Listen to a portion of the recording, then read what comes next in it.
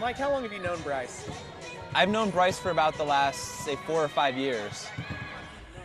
When you met him and he told you his story and he told you what he wanted to do, did you think he was nuts? At first, you have that inclination that, yes, this is something a little bit outside of what Bryce should be doing, but upon getting to call about 50 games so far with him, it's absolutely the right inclination. Bryce is the absolute perfect person to work in sports. It doesn't matter if he has something that holds him back where he can't physically see. He sees the game of basketball in a different way that no one else can.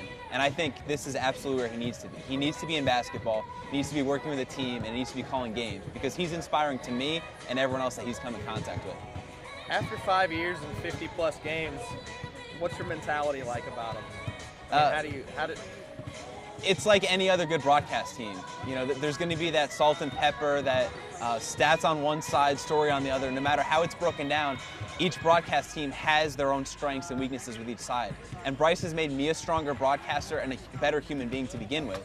And I think we've done something similar with him. You know, I hope that we've made him a better broadcaster, working all those 4 or 5 years with him the last few seasons. And I think for a fact, together, we have all gotten so much better just by having Bryce around. If you're having a tough day, do you ever think about Bryce, even though he's not even here anymore? And kind of be like, okay, Mike, pull it together a little bit. Well, it's definitely a little bit weird because Bryce and I had such a great relationship when he was here, because every few days he'd give me a call just to check on how I was doing, or I'd give him a call and see how he was doing. But when a friend moves away, it's almost like you have to become pen pals or text buddies or something like that. And through that time, we have still kept in contact, but it feels like the Ford Center is missing something. They're missing that smile, that burst of energy, that person that just loves being here so much more than everybody else. And that's Bryce. He loves being here, and we're missing that little nugget of not having Bryce around. What do you think, what would you tell other people about him?